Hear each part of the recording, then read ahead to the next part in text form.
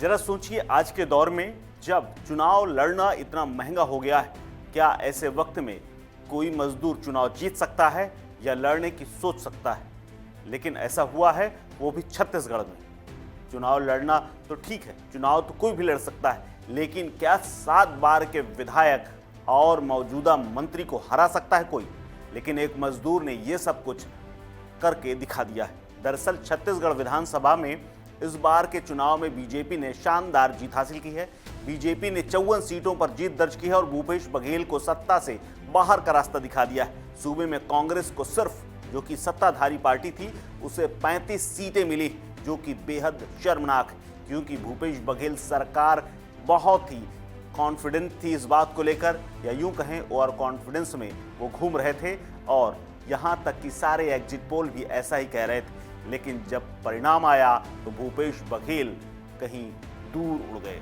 दरअसल इस पूरी जो मजदूर की कहानी है, उसमें से एक बड़ा किरदार भूपेश बघेल के सरकार के दौरान रहे कृषि मंत्री भी, जिन्हें हार का सामना करना पड़ा है। दरअसल कृषि मंत्री रविंद्र चौबे को हार इसलिए मिली है और इसलिए भी बड़ी हो जाती है क्योंकि 7 बार से वो यहाँ पर विधायक थे, लेकिन पहली बार चुनाव मैदान में उतरे बीजेपी के उम्मीदवार ईश्वर साहू ने उन्हें हरा दिया। रविंद्र चौबे 7 बार विधायक रह चुके हैं।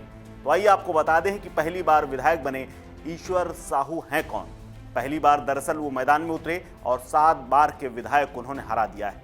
बेमेतरा जिले के साजा विधानसभा सीट से बीजेपी के ईश्वर साहू को उम्मीदवार के तौर पर उतारा गया था, जबकि कांग्रेस ने अपने पूर्व परिचित और कृषि मंत्री रविंद्र चौबे को मैदान में उतारा था। रविंद्र चौबे 7 बार से विधायक हैं, जबकि ईश्वर साहू जिंदगी का पहला चुनाव लड़ रहे थे।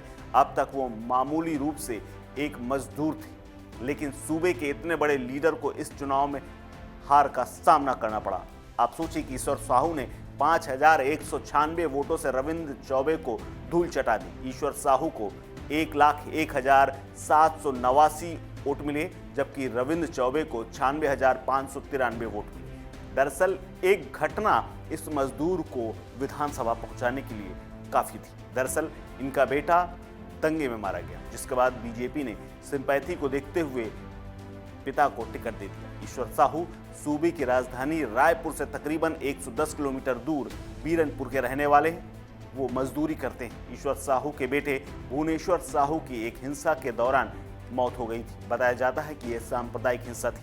इसके बाद बीजेपी ने चुनाव में ईश्वर साहू को उम्मीदवार बना दिया और बीजेपी के नेता अमित शाह ने बाकायदा ईश्वर साहू के लिए प्रचार प्रसार किया और इस दौरान उन्हें इतना ज़्यादा आगे बढ़ा दिया कि उसके बाद पूरा कार्यकर्ता इनकी जीत के लिए जुट गया।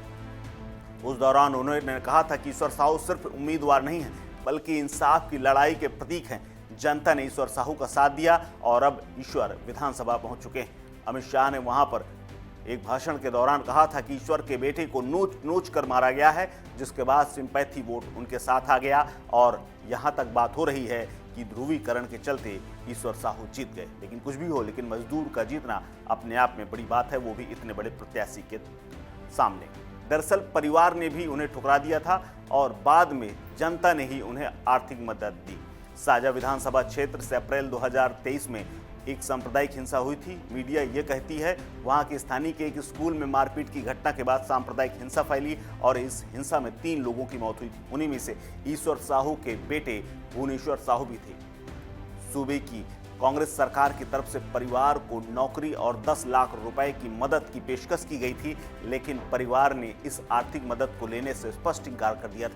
परिवार ने इसे लेने से इंकार करते हुए सिर्फ मजदूरी ही अपना रास्ता और अपनी इंसाफ की लड़ाई अकेले लड़ने की बात करनी शुरू कर दी थी। मजदूरी करते ईश्वर साहू ने नामांकन भरा और हलफनामे में भी उन्होंने यानी ईश्वर साहू ने लिखा कि वो मजदूरी करते हैं। वीरनपुर प्राइमरी स्कूल से उन्होंने 5वीं तक की पढ़ाई की है और उनके बैंक के अकाउंट में 16 लाख रुपए हैं, जो उनके बेटे की मौत के बाद चंदे के रूप में लोगों ने उन्हें दिए और इसका भी जिक्र उन्होंने हलफनामे में किया है और हलफनामे में खुद को मजदूर बताते हुए प्रत्याशी के तौर पर खड़ा किया। लेकिन अब उन्होंने रविंद्र चौबे जैसे बड़े प्रत्याशी को हरा करके एक नया मुकाम हासिल कर लिया है। इस खबर में फिलहाल इतना ही। अपडेट्स के लिए बने रहिए वन इंडिया हिंदी के साथ। नमस्कार।